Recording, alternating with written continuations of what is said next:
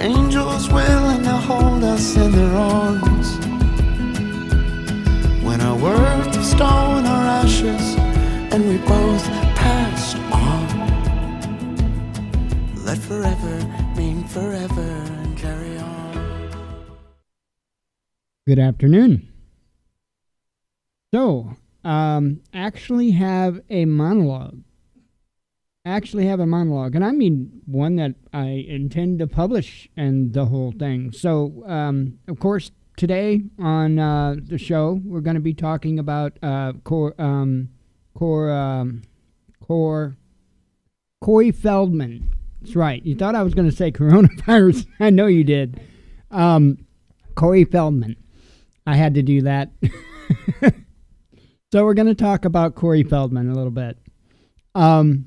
So last night, and hopefully none of you were taken for the $20.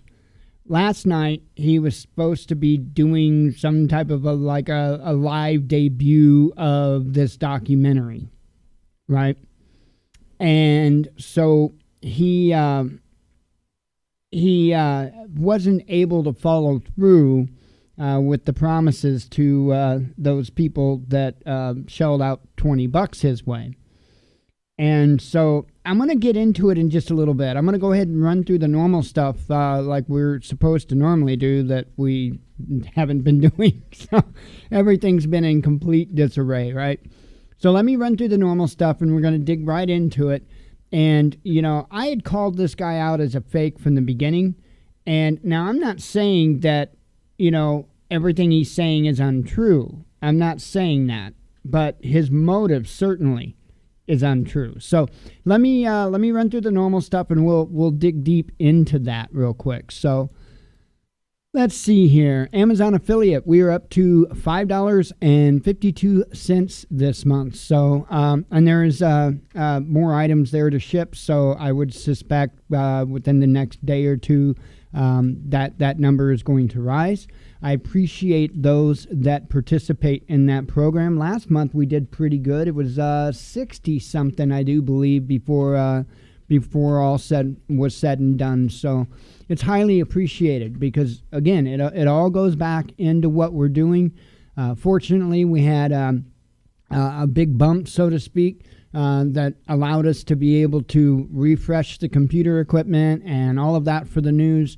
And the table's still standing over there up against the wall. I don't have it put up yet, but you know, it's much appreciated, and it's going to continue. You know, either prepping items to be able to talk to you guys about, or you know, stuff for the show. So, but I think we're getting pretty well set as far as the show. We're pretty well updated. You know, as much as what we really need to be. In fact, there's really only one other thing that I kind of would like to have, but it's not necessary. So we'll see. Anyway, like I said, thank you very much. For those that don't know, we're an Amazon affiliate. There's a link in the description of the video, as well as at the watchmannews.com in the top right there. You click that link and it just takes you to Amazon, but it does so with our special link. And what happens is if you make a purchase by going through our special link, the items won't cost you anything more, but it throws a little bit our way. So I have to say a bang-up job to Amazon as far as tracking that stuff. I don't know of one single instance in which we didn't get credit for a sale, not one. And kudos to Amazon. Thank you for running, at least on that end, an honest company. I mean, all of my dealings with Amazon, whether it be as a consumer, whether it be as an affiliate, I've not had issues. Even when I've had issues, you know, had an issue with the product or whatever. We had an issue dealing with Amazon today, as a matter of fact, that involved banking. So, you know, more or less essentially like a double, what would have been at least a temporary double charge, but it would still put us in a bad spot.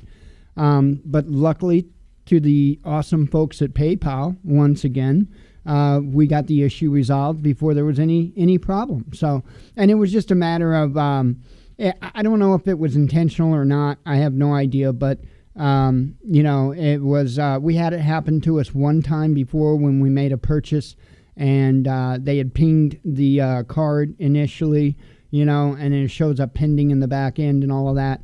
Well, then sometime over the middle of the night, they decided to put a charge through a second time for the same chair. This is for Jen's chair. Decided to put that charge through a second time, which completed. Well, the problem with that is when they pinged the PayPal card the first time, it went ahead and pulled that money out of the account, right? And I call it escrow. It's not the technical term for it, but it's like it holds it in escrow or so until the payment's finished processing. Well, what happened when they did that overnight, when they put another charge in, that other transaction was still pending. That money was still pulled away from her PayPal. And eventually the transaction would have expired and that money would have went back into her PayPal account. However, by that time, it would have the new charge would have done hit her bank. We'd have done been charged with that overdraft fee and the whole 9 yards. So anyway, I have nothing but good to say, other than, once in a while you run into a hiccup. But Amazon's always quick to deal with it, and so is PayPal. So that's all I ask as a consumer. That's all I ask for. But anyway, thank you for those that participate in that. Skip the Teespring stuff, since I was long-winded on that. We also have a donate feature. That link is in the description of the videos, as well as at the watchmannews.com in the main menu. That just takes to our PayPal donation page. You don't have to have an account with PayPal. You can just do it with a debit or a credit card as a guest. But I always let people know it does say Transforming Disabilities up top. That is us. So, but it will say Purpose the Watchman News donation. That way you know you're in the right place. So anyway, got through all that stuff. So let's dig into this a little bit. Way back when Corey Feldman started kind of coming out about this and said that he was going to make, a documentary, the big announcement announcing the names of these people and all that, I was suspicious from the start. I truly was. And the reason why is because I would not think that if you were in a position like that, that it would be a situation to where your biggest concern would be a documentary and making money from that documentary in lieu of releasing these names. So I was suspicious of it from the very, very beginning.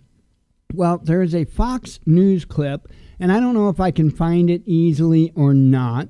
Let me come over here and take a peek. Let me look at my history real quick. Let me see if I can find this Fox News link. And I'm more, yeah, it's here. Good deal. Okay, so let me copy link address. So what I'm going to do is I'm going to play this video from Fox News, faux news. I like to prefer it, calling it. And so what I'm going to do is I'm going to play this video. Let me catch it real quick here. Okay, and I found something very, very interesting about his story, and so I'm going to play the video, and then I'll comment afterwards. Anyway, this was on Fox News, and the article is titled "Corey Feldman Distraught After Rape of Two Coreys Film No Shows Online. Everybody here saw what happened." So now, mind you, this interview was done before today, okay? It was done before done before the show was supposed to air last night, okay? So, in the video, you're not going to hear about how it didn't work out, how it didn't happen in the end. So, but you will hear enough, and then we'll add the fact that it didn't show last night on top of that, and then I've got another thing to add on top of that'll make it real interesting. Feldman, anyway. The star and producer of the upcoming documentary My Truth, The Rape of Two Coreys, which is out on Monday night. He joins me now. So sadly, as most people know, Corey Haim passed away. You guys were very close. And Indeed. There have been allegations that I guess men in Hollywood at the time when you guys were coming of age did things to you against your will, and you've been trying to tell your story, but you've had a very hard time doing it. Explain what's happened. Well, it's been a long process, so this has been going on for quite some time. It started when I wrote my book. Well, it actually started before that when it was brought up as a topic on the Two Corys TV show on A&E back in 2007, 2008. But what happened since that time is, Corey Haim passed away in 2010. So on March 10th is the 10-year anniversary of his passing.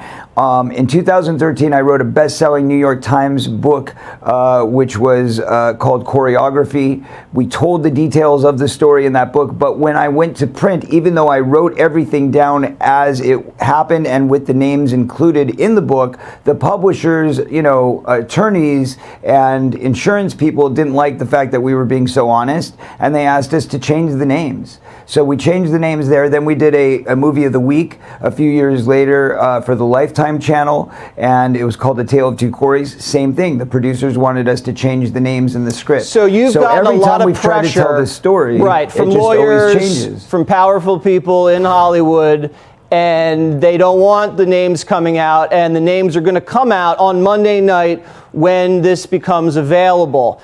That's right. So, the allegation specifically, you were, I guess, molested, you say, by an older man when you were a child, and Corey... I was molested by two men. Two men. Two men molested me, and several men molested my best friend. How old were you when you were molested? I was 14 and 15 and 16. So it happened basically from the late part of 14 all the way through the middle part of 16. Were these two men kind of in the same social circle? Because you use the phrase pedophile ring, or it seems like a conglomeration of people. Absolutely. Yeah, these people literally were all friends. They all hung out together. They all took notes from each other and basically compared notes. I mean, it was very, very sick. But yes, the man who, first of all, the first man who molested me worked for my father. He was part of my father's company, which was a management company in Hollywood where they were grooming child stars, of all things. And he introduced me to this man. This man came into my life. He started feeding me drugs. He started feeding me alcohol. I'd never done a drug in my life. I was a very, conservative, goody two-shoes kind of kid. And all of a sudden this guy's, hey, try this, try that. And then he basically kept trying different mixtures on me until I passed out and he could take advantage of me, which he did on a regular basis. But the worst one was the guy who, we all trusted. I started hanging out with him when I was 11 years old because my mom put me in his car and said, go with this guy because his dad is the head of casting for a major studio. And I'm not going to give it away. You can watch it in the movie. But the point is he was the head of casting for a major studio. So obviously this is a great opportunity for you, so get in the car with him. And I start going off with this guy, and next thing you know, this guy is having these giant parties that only include all the most famous children in Hollywood. That's who would go to his private parties at his house, and these kids were getting molested at this house. So, is this guy that's still just one active? Piece of the puzzle. Well, he's still alive, he's still on the streets, he's not in jail. And he's still out there. And it turned out that the guy who was supposedly his father wasn't his father at all, but was his gay lover. So that just goes to show you how twisted the whole situation was. Kids should have never been in that home. Are you going to go to the police about this once this documentary did go to the police. Drops? Oh, no. I went to the police back in 1993. And what happened? Back in 1993, well, what happened was they were investigating Michael Jackson at the time. It was the first Santa Barbara investigation, and they came to me and they said, we think your friend is a pedophile. This is why. And I said, well, I'm sorry that you guys think that, but I don't have that experience with him, but I have been molested. I can tell you what a real pedophile is like because I've experienced it. Right. So, this is what happened to me. All right. So, and they didn't care about that at the time. They buried the information and they never investigated it. So where and can then I people... went back and I filed another report 2 years ago, and then they didn't pursue that one because they said it was out of the statute of limitations. So since such time, we have actually helped to change the laws here in California. And now there's a new 3-year window to do a look back on anything prior to 2017, which means now that we're laying out the breadcrumbs, investigators can follow the clues we drop in this film. And if the DA chooses to pursue it, we can actually bring these guys in now, at least for a civil trial. Right. All right. Well, the window's there. You got to take advantage of that. And where can people see the documentary on Monday night? So it's only streaming. It's a live global streaming event, which means it's playing all over the world at the same time. You can still get tickets at www.mytruthdoc.com. Right. Mytruthdoc.com. Tickets are only There it $20 is. for the entire household. Everybody can watch it together, and it's an important film. Please don't miss it. All right, Corey Feldman, there he is. Thank you very much. Thank you. So there you go, right? So let's talk about this. First off, I want to say up front, President that- Trump pitching hang a on. stimulus package. I want to say up front that I'm not saying that what he's saying isn't true. Not at all, especially with Hollyweird, but or Pedowood, whatever you want to call it. I'm not saying his claims are not true. I am questioning his motive. And the reason why is because he claims that he had wrote a book and that he tried putting it in the book and that the publisher and their lawyers had said, no, you can't do that, change names. So he changed the names. Later on, a television channel put out a movie and once again made him change the names. So he's sitting there on Fox News doing an interview with a man live on the air. If you've been fighting so damned hard to get these names out, if that's what your goal is to get these names out to make people aware of who these people are, why didn't you just say it on live TV? Now that the thing was a wash, so to speak, this whole live presentation, then why aren't you hitting everywhere that you possibly can with the information? Why is it that the information's not what's important, that it's that you get paid for the information? That is what I'm questioning. Aside from that, I've heard that Charlie Sheen, I don't know if this is true, but I've heard that Charlie Sheen is one of the people that he claims to have molested Corey Haim. Not him, but Corey Haim. Okay? It's kind of odd because aside from the two people he said in that interview that he had issues with, all the other people that I saw named in a list, it's been on social media, a list of names that supposedly that Corey Haim was raped by. So how come it's those names that he's pushing so hard? Is it because Corey's dead and Haim can't testify?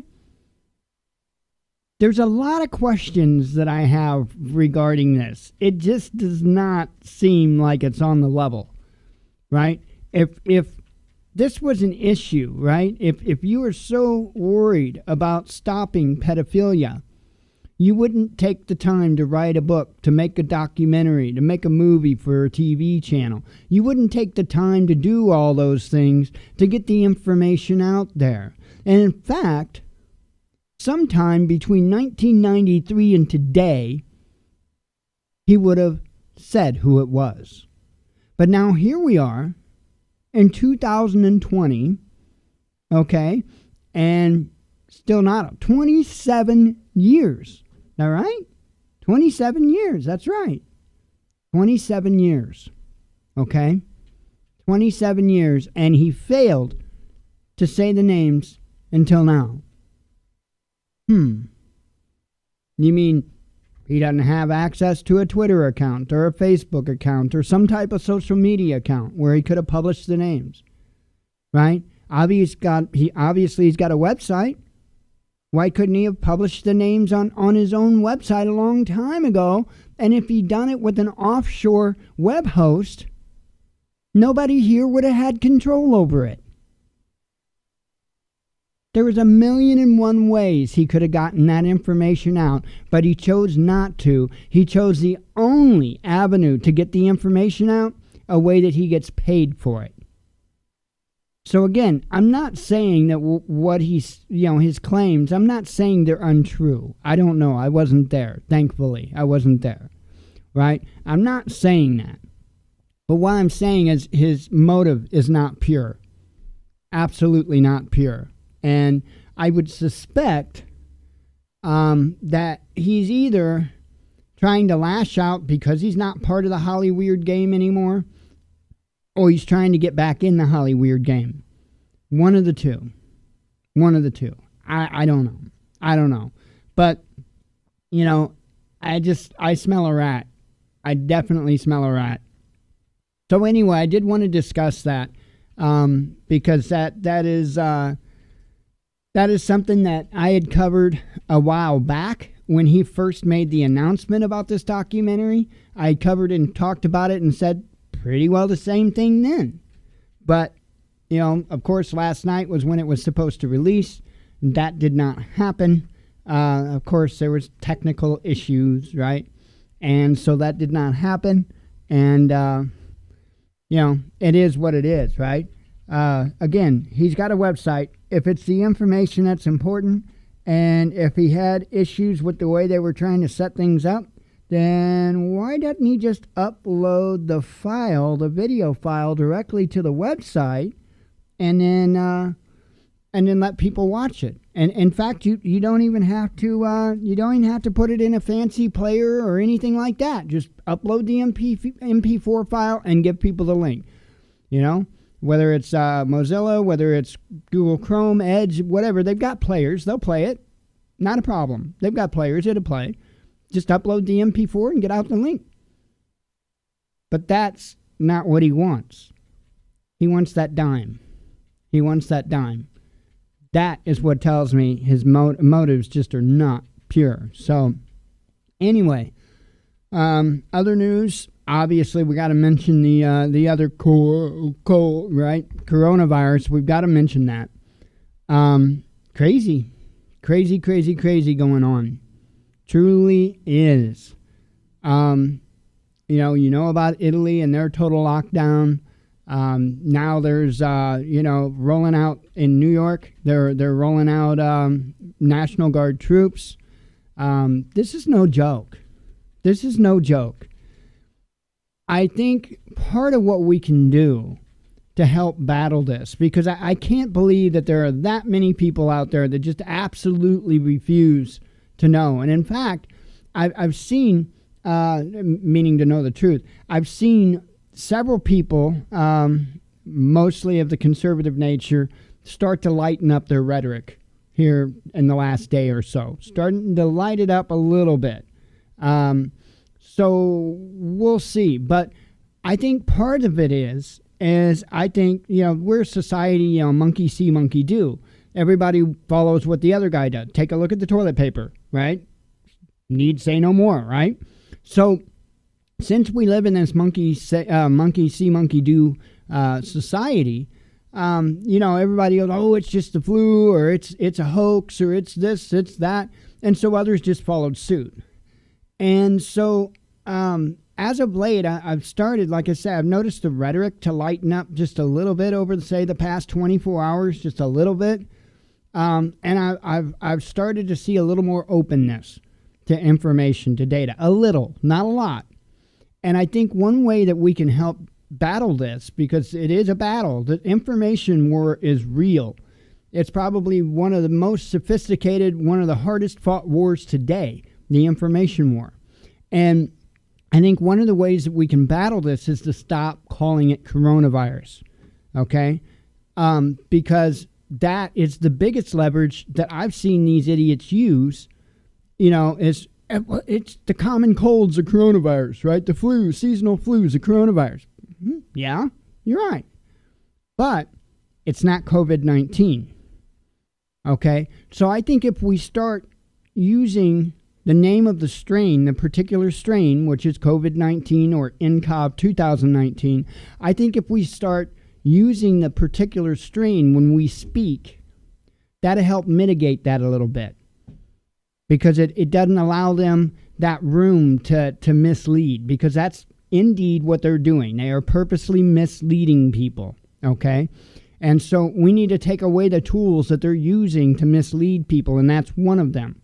They're taking away, they're using coronavirus, which is a family of viruses, to be able to try to lessen what it sounds like this is. So that's probably the biggest way I think we can battle this information war and this war against misinformation that's going on.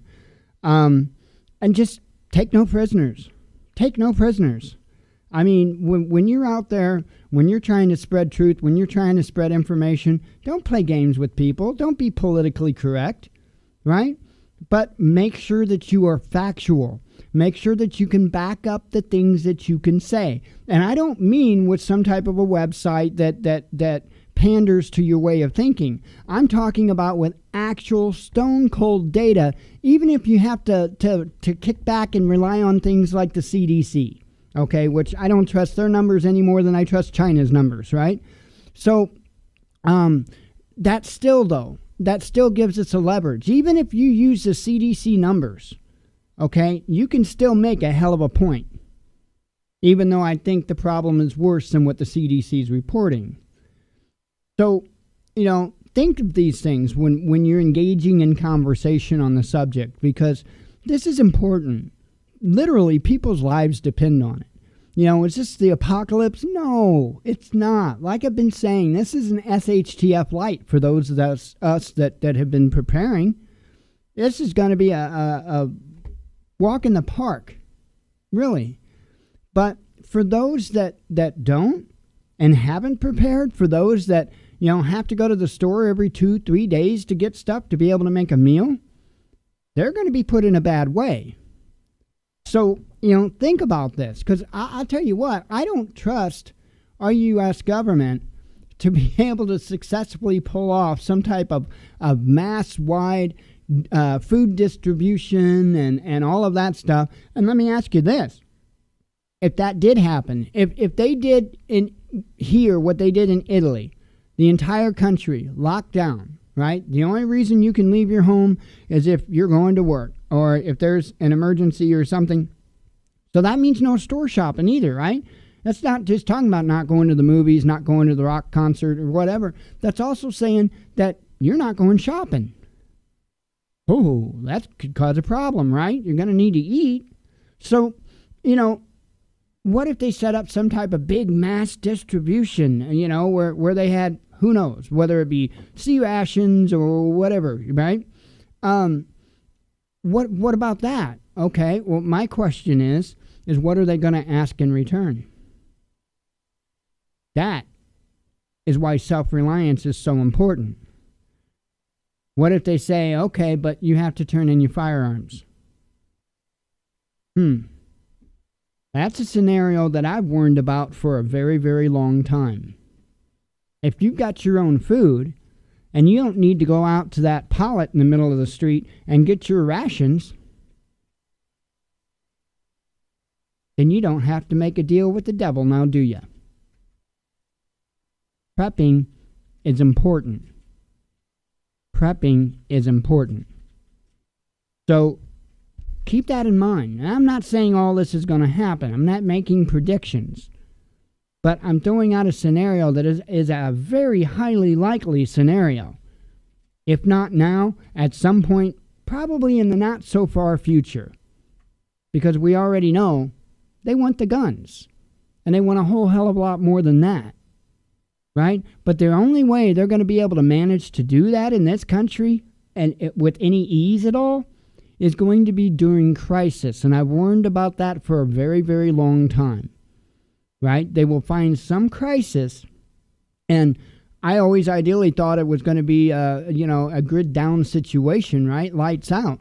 But they will use a crisis and then turn around, and if more or less, if you want to feed your family, they're going to make you give up your firearms. Mark my words on this. Mark my words on this. When they take the guns in this country, they're going to do it easily. Or for the most part, anyway. The most part. They're going to do it easy. I bet 50 to 70% of the guns they take easily without a shot fired. I am willing to bet it. I'm willing to bet it. Hey, I don't want that to happen. Hell no.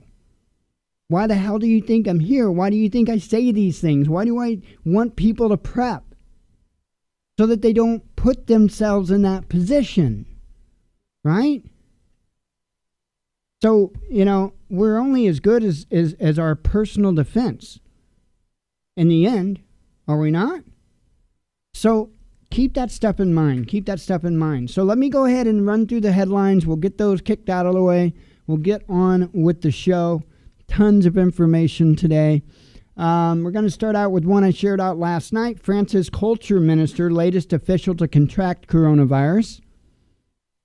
See, doesn't matter, how big your paycheck is or who you work for or anything like that. Oil price war will expedite the end of the petrodollar and rise of Chinese-Russian currency, says RT's Max Kaiser. I mean, it's an opinion piece, but I do post some of Max Kaiser's opinion pieces because it's important for people to think about these things, okay? It's important to understand where people think we are, especially in the economic world that we live in, because, these guys aren't just pulling stuff out of their butt. Most of them aren't, right? This guy, I'll tell you what, he's been pretty spot on with the articles I've read, this Max Kaiser. Let's see. Italy is not Europe's coronavirus hotbed. It's just the first country that snapped, says Milan-based journalist says to RT. Pearl Jam postpones North America tour due to coronavirus spread. Leading by example, Indian deities don mask to spread awareness about coronavirus. Huh. Wow. Just the opposite. Wow, they're promoting the idea of health and wellness in India, while here in the United States they're condemning it. Interesting. What an intelligent country we live in. All temporary hospitals in coronavirus epicenter Wuhan now shut, says Chinese state media. And I'll repeat that last part, says Chinese state media. Russian stock markets catch up to global equity losses after oil price crash. Bologna prison burn as wave of inmate riots hit quarantined Italy. And don't forget, right, they've had these riots in Italy in the prisons. Don't forget the Tehran released, what was it, 40,000 or 70,000? I can't remember which one. It was either 40,000 or 70,000 prisoners. I can't remember. You can go back, I think it was yesterday's headlines, and see that. Let's see. Gold may be the big winner in oil price war. Money for wars but not vaccines. Bernie panel ladles harsh truths as Americans face paying out of pocket for coronavirus treatment. Now, I commented on my personal Facebook on this, and there's another article we're going to be coming across that's in the news. At least I think I posted it. I'm going to go ahead and pull it up now anyway, and there was one I think I did not get posted. So let me go ahead and bring this one up. It doesn't hurt just in case, right? So anyway, we all know already that Trump decided to put in payroll cuts, or payroll tax cuts. Let me say that right, not payroll cuts, payroll tax cuts, right?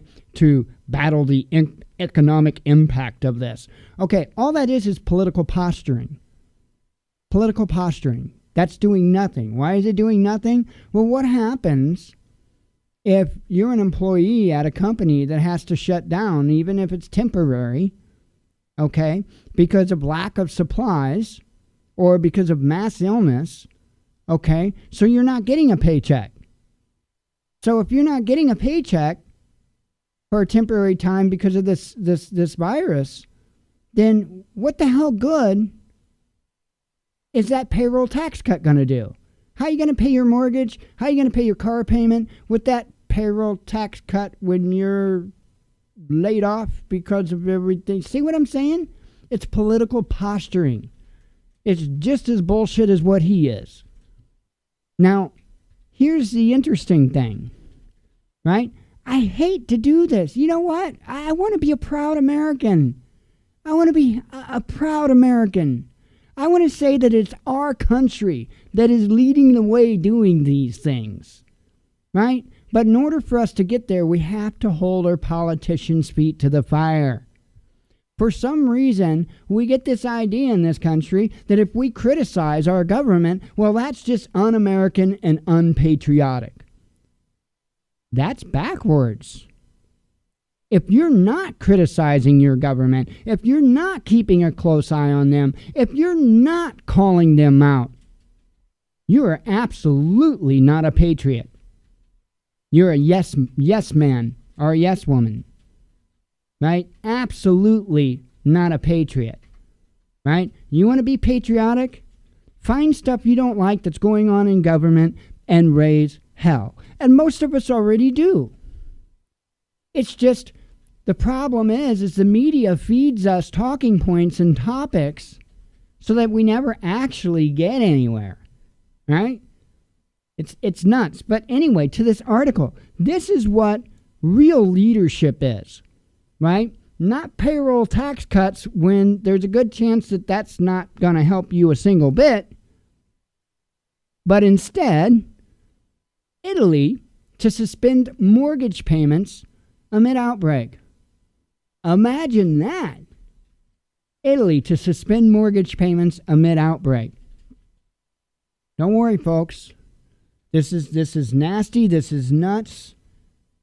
But be rest assured, you're not going to lose your home. Ladies and gentlemen, that is leadership. That is leadership. I wished I could say the same for the United States of America. I just can't, because it's not fact. Anyway, Austria banning entry for people from Italy amid coronavirus outbreak, says Chancellor Kurz. Global crude claws back losses after major price collapse. A Russian parliament adjourns after proposal to allow Putin to run again in 2024 presidential elections.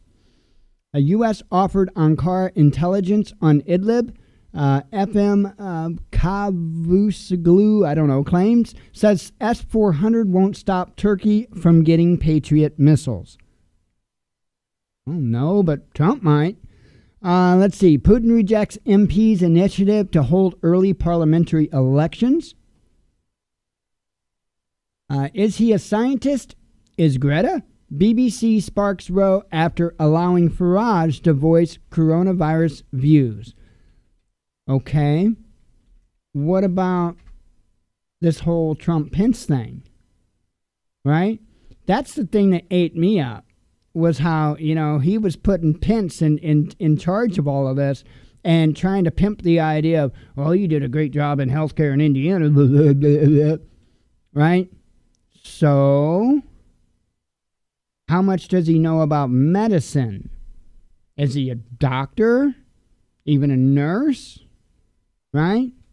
Has he done anything other than clean up somebody else's poop? Because I'm pretty sure that most of us have to deal with that at some point in time. So has he, done anything in the medical field other than law? Then why the hell is he the one being put in charge? Right? And I think that's kind of a lot of the issue of the folks over there, is that this guy really has no true medical knowledge and experience, right? He just, he's a politician. And why aren't we calling out this whole deal with Pence the same way? Because we should be. We should be.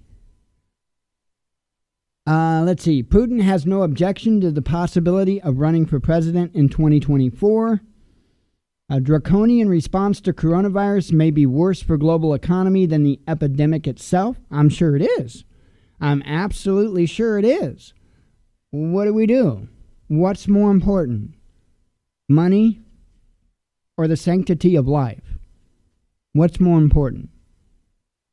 I think that's a moral dilemma that a lot of people struggle with. A lot of people. Spain suspends parliament for at least 1 week after lawmaker tests positive for coronavirus. Parliament greenlights Putin's proposed amendments to Russia's constitution. U.S. exploring NATO aid for Turkey in Idlib says sanctions could be applied if Russia or Syria violate the ceasefire. I thought that was interesting because I just shared the headline just the other day about how the United States stepped in the middle of a ceasefire. It's ridiculous. At least one dead as explosion hits chemical plant in Barcelona, Spain. Global stocks rally after biggest rout since, I think that might be right. I don't know. Since 2008. I don't know financial slang. Oil prices will rebound in several months, says the Russian industry minister. And I'm sure he's probably correct with that. All-star warmonger Lindsey Graham urges NATO to get more involved in Idlib and tells Syria to stop the Syrian aggression. Really? Mr. Warmonger himself, huh? Unreal. U.S. bringing missile defense systems to Iraq in bid to protect troops against potential Iranian attack, says CENTCOM. Right. Coronavirus death toll in Italy jumps to 631 from 463 in a day, 10,000 plus cases throughout the country. So as you can tell, those numbers are growing exponentially, and they will continue. But at least they have taken measures that will hopefully, allow us to start seeing the slow of the spread. So hopefully in the coming days we start to see those numbers taper off a little bit. At least the rate of them is what I mean. Coronavirus, New York News. Governor Cuomo orders containment zone in New Rochelle, calls in the National Guard. Because, they always do that for the flu. Afghan President Ghani signs decree to release Taliban prisoners. Important point of deal with the United States. So let's see, there's number one up there. Western ideologist will go crazy. Putin leaves door open to run for president again. That was the headline that was up there. So anyway, those are the headlines. Let me go ahead and close up the monologue, and we'll go from there. For those here for the live show, we'll be live until 8 p.m. Central Standard Time. For those here just for the monologue, or if you're watching the recording later on, thank you very much. As always, God bless you. We love you, and be one with your spirit.